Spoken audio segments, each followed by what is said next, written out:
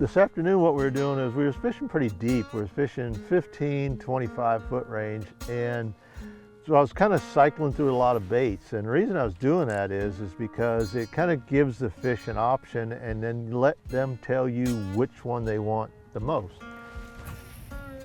It's easy to look down the bank and see what looks fishy. When you look the other direction, all you see is surface of the water. You don't know what's there.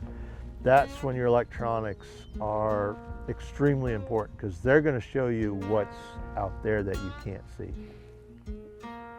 If you graph for a while, you start seeing things that are common and things that are uncommon. Here there was quite a bit of brush under the water, seemed to be pretty common.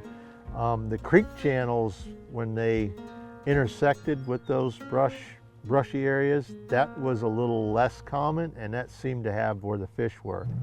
Down scan really shows good detail on brush. You can see all the little sticks. That's what I was seeing on that side. You can see them mixed into that brush right there. Right there. See them arcs this way and this way. I'd rather spend an hour or two looking and figuring out how that lays, and then go back to it and fish it, even though maybe I didn't see a big school there. Now I got a good idea of where I need to be throwing at.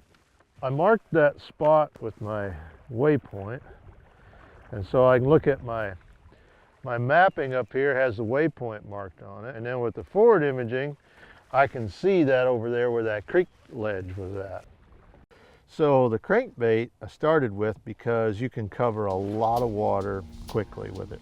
In just a few minutes, I feel like I've covered most of that area with this bait. Very reactionary bait. Next one, followed it up with this big old spoon right here. Cast it out, let it fall to the bottom, rip it up, let it fall to the bottom. Very reaction style fishing. The amount of time it takes for this to flutter down to the bottom, me to work it back in, I could make 2 or 3 casts with the crankbait. So it's almost fished them in order of the time it takes to fish them.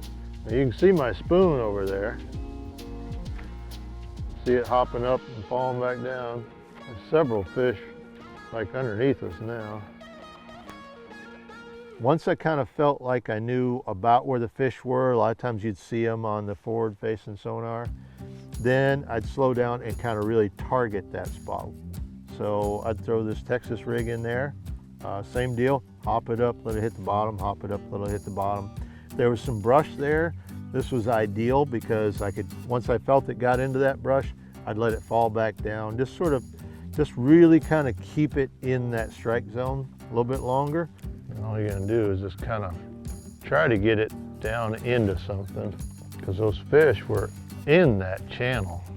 I think that's another thing that's important about this. You get to see just how much action you're actually putting on those baits. You'd be surprised at how far you're lifting a bait. And then my next choice after that was the football jig. Now the football jig, I would throw it out there, let it hit the bottom, and then you're just gonna drag it. You just drag it across the bottom, and you drag it at the speed that, as long as you maintain contact with the bottom, that's the correct speed. Just keep pulling it. Reel up the slack, pull it again. Hit the bottom, and you drag it.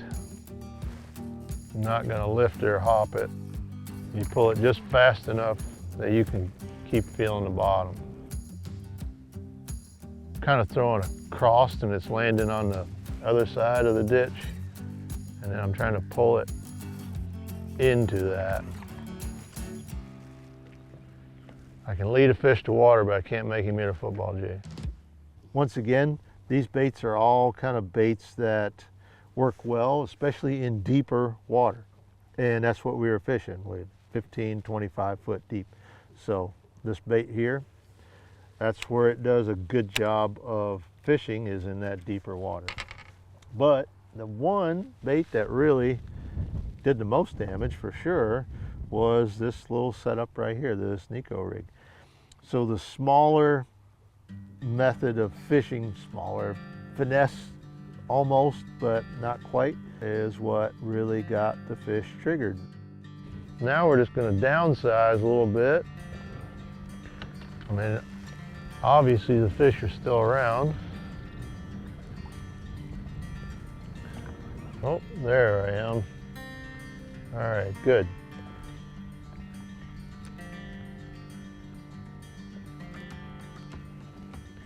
All right, I should be able to work that right to me.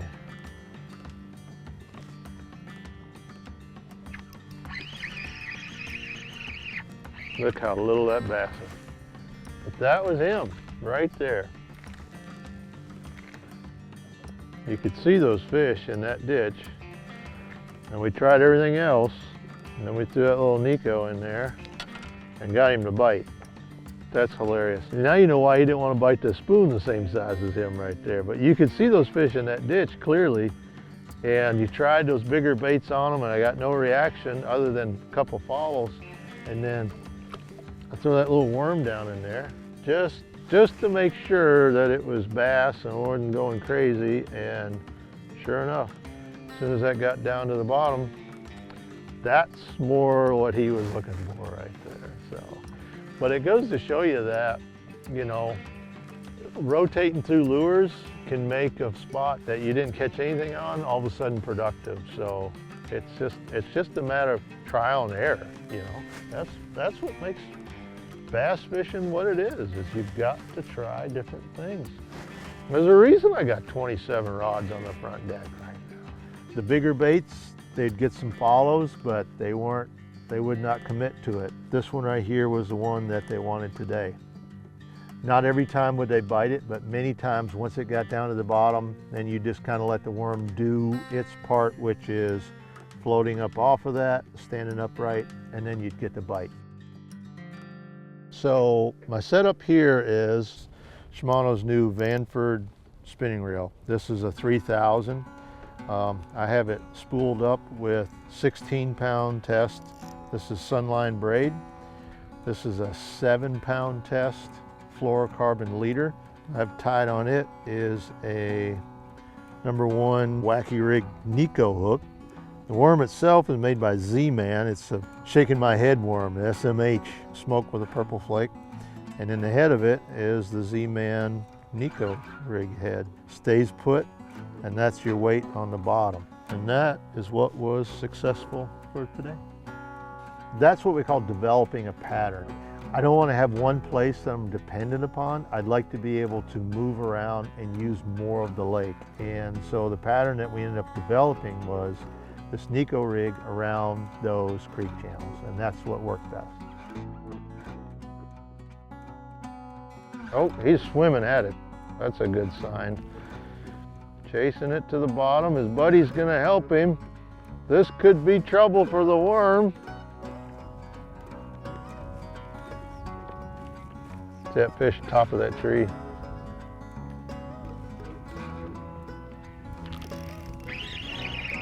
He had it the whole time. That's exactly what happened. I knew it was trouble for that worm. So he knew when there was two of them going after it, somebody was going to end up with that worm, and that was that one right there. See ya.